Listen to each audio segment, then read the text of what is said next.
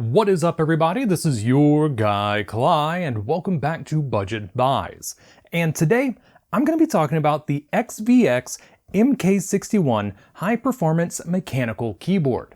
But before I go any further, I just want to say that this keyboard was sent to me free of charge by XVX, but they have not sponsored this video. Now, as for the keyboard itself, it's very unique. And while I could tell you all about it, I'd rather show you. So, inside the box, you receive the keyboard itself, the manual, a matching mouse pad, a matching keycap puller, and a USB 2.0 cable with a Type-C connector and a branded hook and loop fastener to make storage easier. Now, some of you probably noticed in the last scene that this keyboard looks strikingly different from how it's represented on both the manual as well as on the box. And as far as I can tell, that has to do with the fact that XVX has decided to use the MK61 as a bit of a platform for a set of themed keyboards.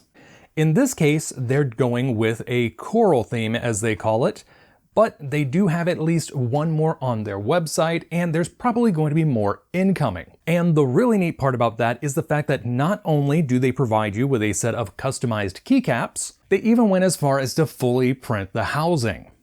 And I think that's pretty cool. And they didn't stop there, because technically you can pick up a set of keycaps with this theme printed on them for about $25 online. The big difference has to do with the profile of the keycaps themselves. Whereas all of the sets of keycaps that I had seen online thus far have been in the OEM profile, these are in the MDA profile, which I found to be a nice middle ground between OEM and XDA. And to round out our acronyms, these keycaps are made from PBT instead of ABS. And for those of you who are unfamiliar with the different profile of keycaps, either because you haven't spent a ton of time looking through them while customizing keyboards, or because you didn't even know that keycaps came in different profiles, with OEM you have slightly sharper edges, while at the same time the tops of the keys on each different row are going to be angled differently to make things a little bit more ergonomic. And on the flip side, XDA has nice rounded corners while every single row is uniform in height.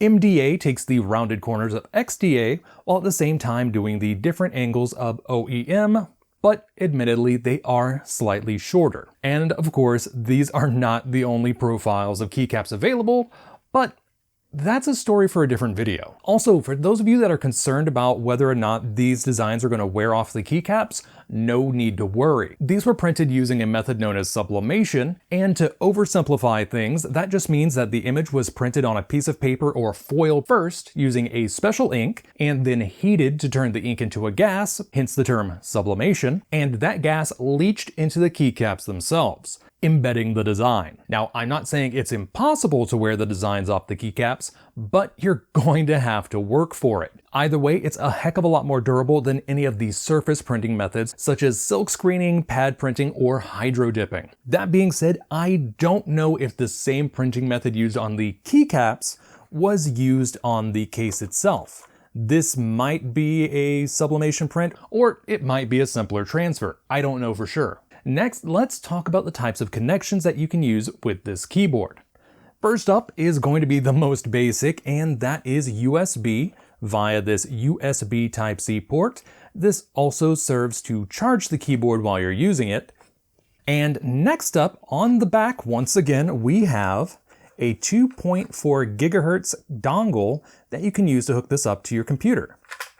And it just stows back here magnetically. And speaking of the wireless dongle, while it should connect to the keyboard when you plug it in, if you find that that's not happening, the manual says that you should unplug your USB dongle, flip the power switch on the keyboard to the on position, hold down the function and P keys for 5 seconds, at which point the P key will start flashing. While it's flashing, plug the USB dongle into your computer, and when the P key stops flashing, that means that you have successfully paired the keyboard and the dongle. And that's pretty much it. This keyboard forgoes Bluetooth connectivity, and you know, I'm not really upset about that. 9 times out of 10, I'm using this keyboard with my PC, and none of the PCs I have on hand actually support Bluetooth. So it makes me pretty happy to see one that comes with a 2.4 GHz dongle. That's pretty uncommon in wireless mechanical keyboards these days. Next, let's talk switches. As of right now, this keyboard comes in 2 different flavors at 2 different price points. On the quote-unquote lower end, you have the Gateron Red keyboard at $87 and Gateron Yellow at $90. Though I do hear there are plans to bring out Gateron Brown switches. So if I bring in the matching switch puller, like so, there you have it, Gateron Yellows. And here's the part of the video where I realize I might have had the exposure on my camera a little bit too high, so hopefully this helps you see the keyboard a little bit better. And it's just in time to talk about the function layer, which is probably a lot more important in this video than it has been in some of my others due to the fact that we're not using the stock keycaps here. So the functions are not listed. And because of that, this video is probably going to prove pretty helpful for those of you who misplace your manuals. So when you hold down function and hit backslash, that's going to cycle through 19 different light modes. Function and right bracket is going to increase the LED brightness. Left bracket is going to decrease the LED brightness. Apostrophe is going to speed up your LEDs. Semicolon is going to slow down your LEDs. Function and comma will change the color of your LEDs. Function and period will change the direction the lights move in certain lighting modes. You can hold down function and hit I to turn I, J, K, and L into your arrow keys, and they'll stay as such until you hold down function and hit I again. Holding down function and hitting the Windows key will lock the Windows key until you hold down function and hit Windows again. And finally, if you hold down function and hold down the spacebar, after a few seconds, your keyboard will return to factory defaults. And that's kind of an important thing to know because there is customization software for this, which I'll break down for you after I do the sound and light tests. So let's get to those.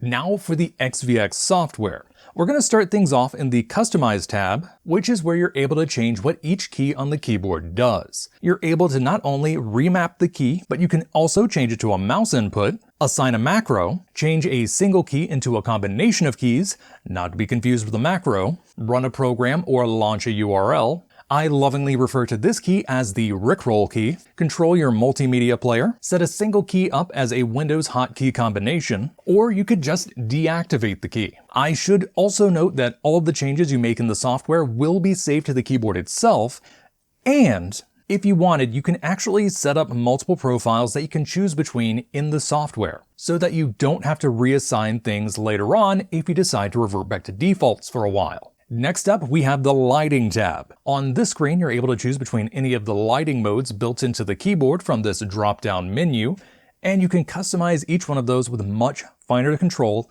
than you can get from the keyboard itself. Alternatively, you can also straight up deactivate the lights. Also, there is one additional lighting mode in the software that you can't access from the keyboard, and that's the user-defined mode. And this allows you to change the color of each and every key on the keyboard to whatever color you like. And just like when you rebind your keys, this will be saved to the keyboard. And to prove that, here's the lighting mode I made earlier. Side note, if you navigate away from the custom lighting mode using the function layer on the keyboard, you will not be able to get back to this without going through the software. Also, if you use the function layer to change the color of these keys, instead of changing the colors on your custom mode, it allows you to change the color of just the WASD keys, which tells me that the user-defined mode might actually be piggybacking off of what other keyboards call the gaming mode, where only the WASD keys are lit up. And to be perfectly honest, I think that is a much better use for this slot in the memory on the keyboard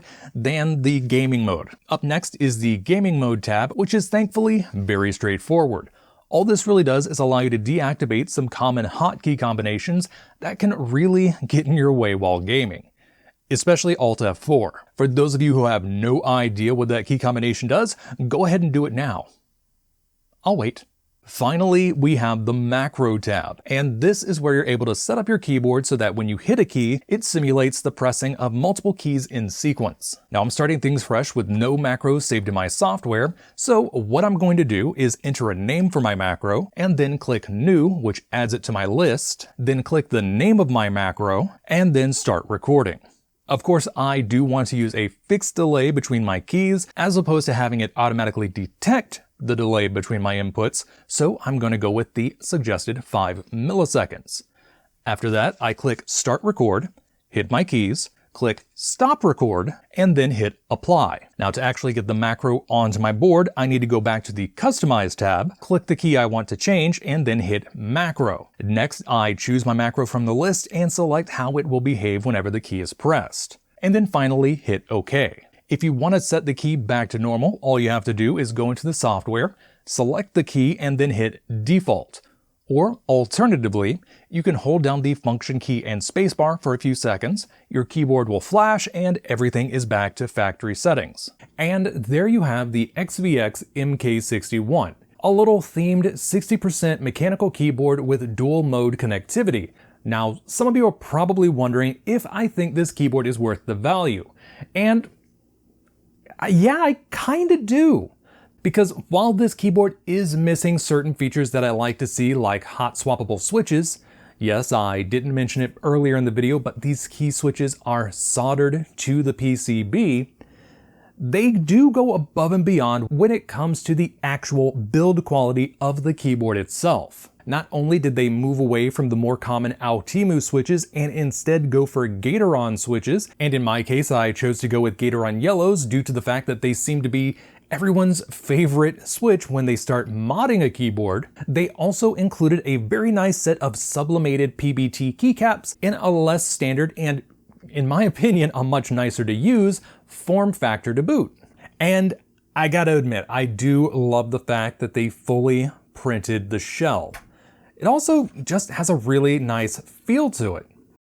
On top of all of that, they included the matching wire keycap puller and even the matching mouse pad.